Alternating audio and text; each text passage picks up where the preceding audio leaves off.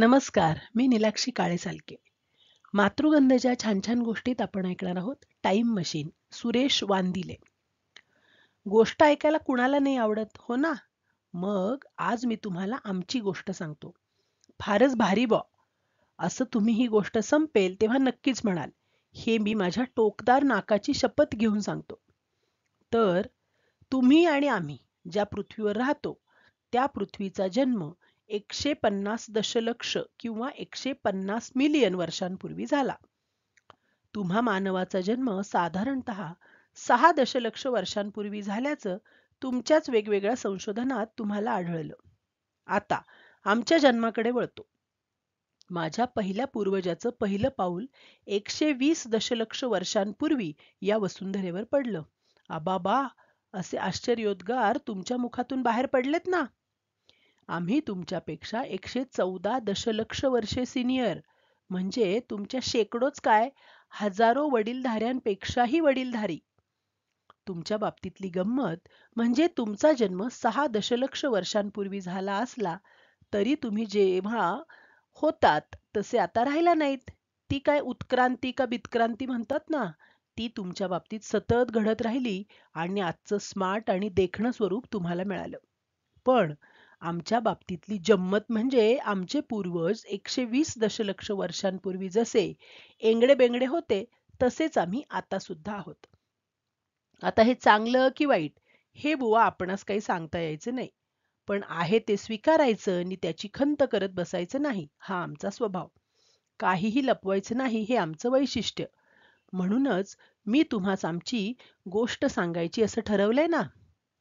आम्ही तुमच्यापेक्षा लाखो वर्षांनी वडीलधारे असल्याने पृथ्वीवर लाखो वर्षात ज्या ज्या घटना आणि घडामोडी घडल्या त्या सगळ्यांचे साक्षीदार आपोआपच ठरलो. आमच्या डोळ्यात आणि मेंदूत हा सगळा इतिहास बंदिस्त झालाय. हे सगळं तुमच्या नजरेखालून गेल्यावर आम्ही कोण, नेमके कुठले हे जाणून घेण्याची तुमची उत्सुकता नक्कीच शिगेला पोहोचली असणार. तर आम्ही सिचेल्स देशात प्रामुख्याने राहत असू. तेव्हा आमचं नाव सिग्लुसिडेई असं काहीसं तुम्हीच ठेवलं. 100 दशलक्ष वर्षांपूर्वी आम्ही जरा इकडे तिकडे भटकत भारतात आलो. इकडे येताना आम्ही आमचा जाण्याचा रस्ता विसरून गेलो. मग काय, आता रडून बेकून काही उपयोग नसल्याचं आमच्या लक्षात आलं. कोणत्याही संकटाशी दटून सामना करण्याचा धडा आमच्या आईबाबांनी दिला असल्याने आम्ही इथेच राहण्याचं ठरवलं. इथे आम्हाला नासिका बॅट्रेचू सह्याद्रेंदिस असं मालगाडीसारखं भलं मोठं नाव तुम्ही दिलं. खरं तर नासिका हे किती शॉर्ट आणि स्वीट नाव नाही का? पण जाऊ दे, तुम्ही आम्हाला कोणत्या का नावाने होईना ओळख दिली हे महत्वाचं. आता आमच्या 2 शाखा झाल्या, एक तिकडे सेशेल्समध्ये आणि दुसरी भारतात.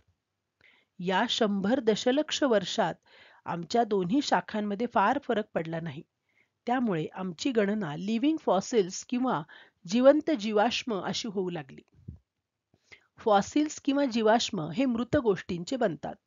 म्हणजे एखाद्या जिवंत प्राण्याचा, पक्ष्याचा किंवा सूक्ष्म जीवांचा सांगाडा, हाडं, दात किंवा अंगावरचा सूक्ष्म केस सुद्धा. 10,000 वर्षांपूर्वी कोणत्या का कारणांमुळे जमिनीत बर्फात गाडल्या गेलेल्या पशु पक्षी प्राण्यांच्या उत्खनन किंवा खोदकामात सापडलेल्या अवशेषांना फॉसिल्स म्हटलं जातं. फॉसिल हा शब्द लॅटिन भाषेतला. त्याचा अर्थ खोदून काढणं. म्हणजेच ज्या प्राण्यांचे अथवा पक्ष्यांचे अवशेष 10,000 वर्षापूर्वीचे असतात ते सगळे जीवाश्म, अशी तुम्ही व्याख्या केली. या अशा जीवाश्मांचा उपयोग वेगवेगळ्या अभ्यासासाठी केला जातो. त्यातून मग पृथ्वीवरच्या अनेक गोष्टींचा उलगडा होतो. आम्ही इतके पुरातन असूनही अद्याप जिवंतच असल्याने आमच्या अभ्यासातूनही अनेक नव्या गोष्टी आणि रहस्य सुद्धा कळू शकतात.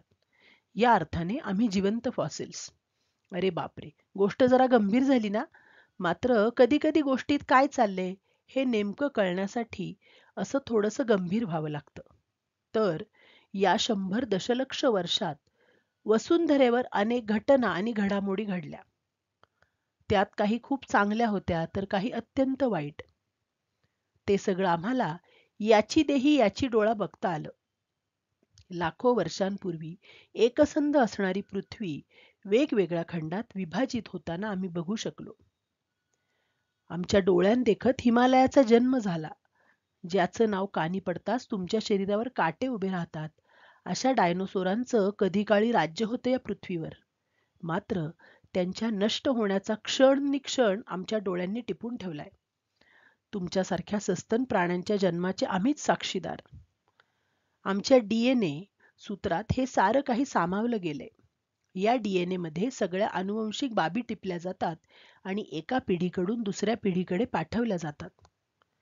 पृथ्वीवरच्या सगळ्या घडामोडींबद्दल बरंच काही आमच्या डीएनए मध्ये सामावलं असू शकेल, असा तुमच्यापैकी काही जणांचा ठाम विश्वास आहे. त्यामुळेच ते आमचं वर्णन टाईम मशीन असं करतात. टाईम मशीन म्हणजे ठाऊक आहे ना तुम्हास? अहो, या मशीनमध्ये बसलं की तुम्ही भूतकाळात कितीही मागे आणि भविष्यकाळात कितीही पुढे जाऊन काय काय घडलं किंवा काय घडेल हे बघू शकता. अशी तुमचीच एक रम्य कल्पना. पण आमच्या डीएनए मुळे म्हणा किंवा डोळ्यांमुळे म्हणा, ही रम्य कल्पना प्रत्यक्षात साकारू शकते. आमच्या डीएनएत शिरा आणि जा मागे लाखो वर्षांपूर्वी बघा या पृथ्वीवर काय काय घडलं आणि काय काय बिघडलं ते. सध्या आमचं वास्तव्य पश्चिम घाटात असतं, पण सगळ्या ठिकाणी नाही बरं का, फक्त केरळ आणि तामिळनाडूच्या काही भागातच. आम्ही वर्षभर जमिनीखाली असतो, फक्त पावसाळ्यापूर्वी एकदा बाहेर येतो. जमिनीखाली राहण्याचं तंत्र म्हणा किंवा आमची गरज म्हणा, हे आम्ही शिकून घेतलं. आमचे पाठीमागचे पाय खूप बळकट असतात, त्यामुळे आम्हाला जमीन खोलवर खोदता येते. आमचं तोंड किंवा समोरचा भाग टोकदार आणि अतिशय संवेदनशील असतो, त्यामुळे आम्हाला पुढे जायला आणि अन्न सेवनासाठी मदत होते. मान्सून पूर्व पावसाचं आगमन झालं की आमच्याकडे नर मादीच्या मिलनाचा काळ सुरू होतो. पुढच्या पिढीच्या जननासाठी हे आवश्यक असल्याचं तुम्ही जीवशास्त्राच्या पुस्तकात वाचलंच असणार. आमच्यातले नर विशिष्ट प्रकारचा आवाज देऊन मादीला बोलावतात. हा आवाज 100 मीटर पर्यंत जाऊ शकतो. मात्र त्यात काही अडथळा आला तर मग आमची पंचाईत. तेव्हा नाईलाजाने मग पुन्हा आम्हाला जमिनीखाली जावं लागतं. आम्हाला नैसर्गिकरित्या काही अफलातून शक्ती प्राप्त झालीये. आम्ही प्रचंड वाहत्या प्रवाहात, आखूड जागेत किंवा फटीत आणि दगडाखाली अंडी घालू शकतो. आमचं बाळ सुद्धा वैशिष्ट्यपूर्ण असतं. ते ज्या दगडाखाली जन्म घेतं त्याचाच रंग त्याला मिळतो. त्या दगडांना घट्ट पकडून ठेवू शकेल अशा पद्धतीने त्याच्या तोंडाचा आकार बदलू शकतो. त्यामुळे कितीही वेगाने या दगडावरून पाणी पडत असलं तरी आमचं बाळ काही पाण्यात वाहून जात नाही. याचा अर्थ आम्ही तुमच्या एवढे बुद्धिमान नसलो तरी किंचित किंचित बुद्धिमान आहोतच की. असो, आम्ही इतक्या लाखो वर्षांचे रहिवासी, पण आता यापुढे आम्ही शिल्लक राहू की नाही अशी परिस्थिती निर्माण झालीये. आम्ही कुणालाही त्रास न देता जमिनीखाली राहतो, पण आता त्या जमिनीवरच कधी शेतीसाठी तर कधी रस्त्यासाठी तर कधी इतर बांधकामासाठी अतिक्रमणावर अतिक्रमण होत आहेत. अतिप्रचंड बंधाऱ्यांमुळे आमची राहती ठिकाणं उद्ध्वस्त व्हायला लागली आहेत. आता यात भर पडली आहे ती पर्यावरणातील बदलाने. म्हणजे असं की जेव्हा पाऊस पडायला हवा तेव्हा पडत नाही. त्यामुळे मान्सून पूर्व पावसाच्या सरी वेळेवर पडत नाहीत. त्या पडत नाहीत म्हणून मग आमच्यातले नर मादीच्या शोधात बाहेर पडू शकत नाहीत. मग पुढचं सारं गणितच कोसळतं. अंडी उबण्यासाठी त्यावेळी पुरेसं पाणी उपलब्ध नसतं. अशी 1 ना 2 कारणं आमच्या मुळाशीच आलीये. किती दिवस आम्ही टिकून राहू याची शंका वाटते. पण आमचा डीएनए खूप पक्का असल्याचं सुद्धा आम्हास ठाऊक आहे. त्यामुळे पृथ्वी असेपर्यंत नक्कीच आम्ही स्वतःला टिकवून ठेवू. पण यासाठी ही पृथ्वीच वाचायला हवी की राव, ते मात्र तुमच्या हाती आहे बरं का. आम्ही कुठले हे तुम्हाला कळलंय मघा, पण आम्ही कोण हे मात्र कथा संपायला आली तरी अजून सांगितलंच नाही की. तसं आमचं शास्त्रीय नाव ओघाओघात माझ्या तोंडून निघून गेलंच म्हणा, पण ते लक्षात ठेवायला अवघडच.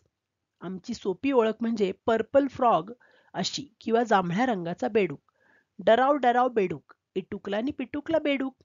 या पिटुकल्या बेडकात टाईम मशीनची शक्ती असल्याचं समजून फारच भारी बॉ असं तुम्ही आम्हास म्हटल्याचं ऐकलं की राव. डराव डराव डराव. धन्यवाद.